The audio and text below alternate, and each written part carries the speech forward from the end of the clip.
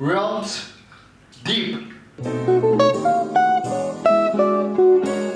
last few days have been busy for gamers. We had the Tokyo Game Show where Capcom, Konami and other companies, they all came out and talked about their new games.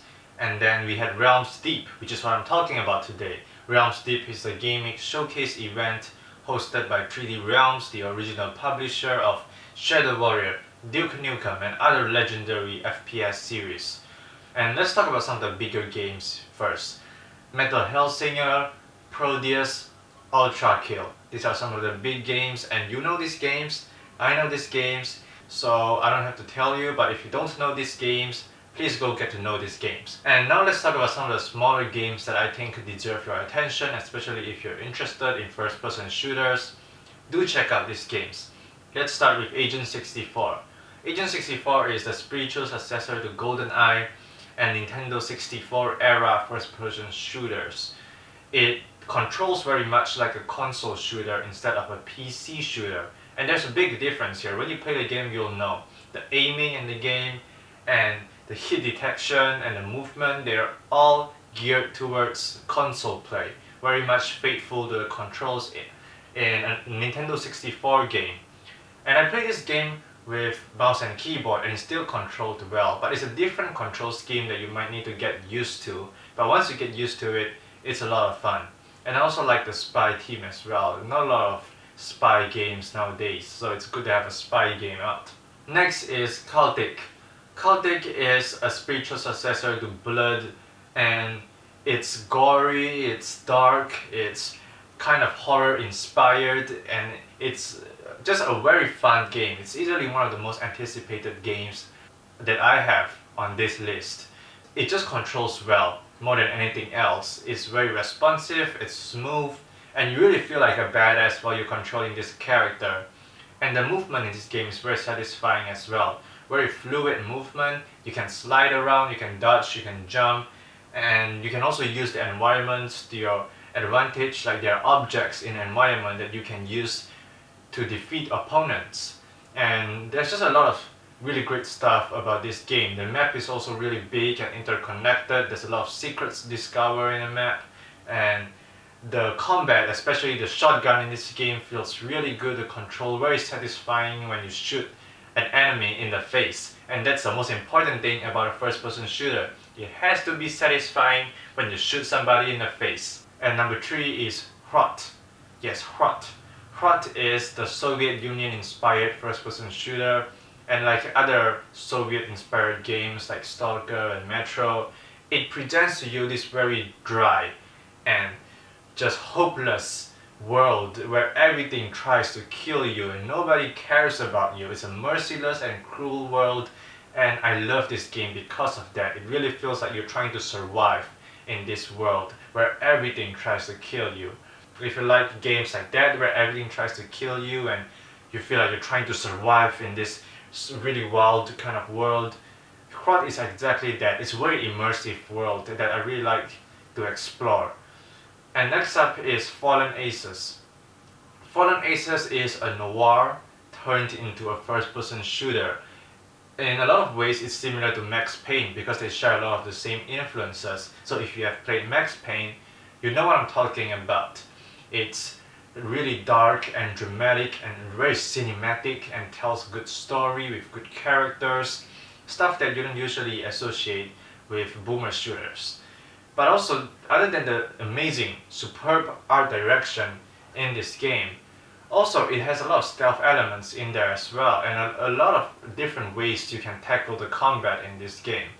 And that's also really interesting because you can use stealth, you can use just straightforward combat, you can use a mix of both. And a lot of ways this game also reminds me of BioShock just because of the lore in the game, and the way the world is in the game reminds me a lot of BioShock. Next game is Wizardone. Wizardone with an O, because it really took me a long time to search up this game because I thought it was Wizard with an A, but it's actually with an O. So Wizardone is a wizarding game, as the title might suggest, despite its weird spelling. It's a game where you use spells instead of guns, and it's set in this fantasy world, kind of like a fantasy RPG world. You know, Dungeons and Dragons kind of stuff.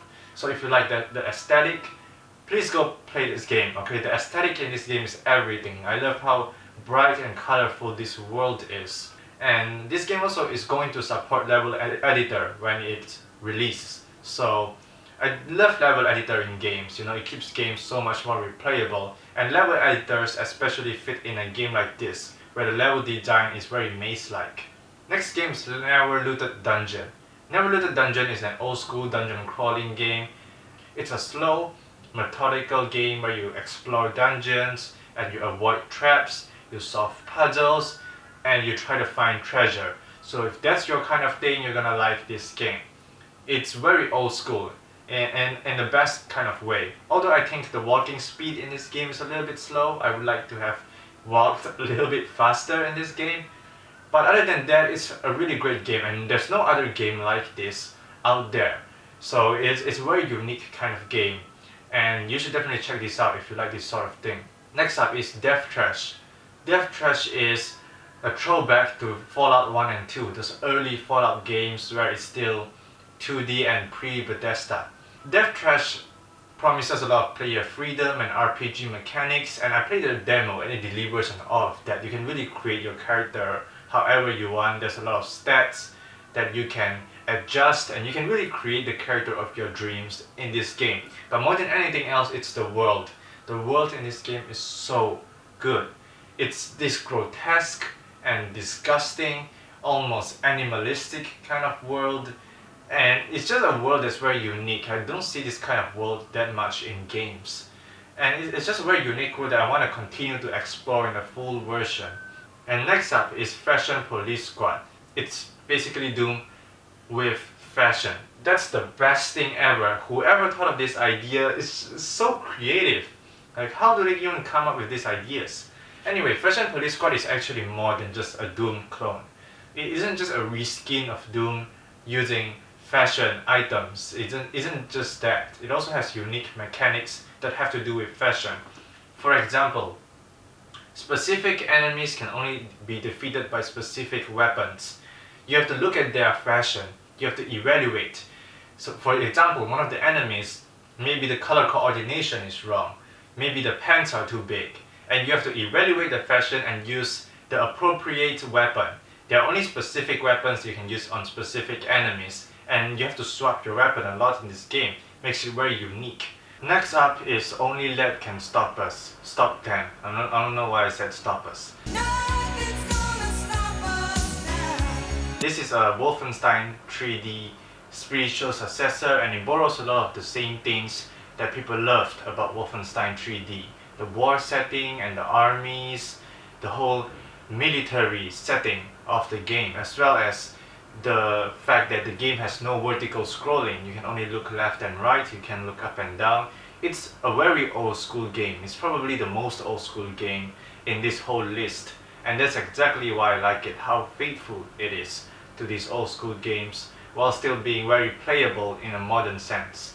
And even the map design, it's very open and it has a lot of rooms, the same way that Wolfenstein 3D was.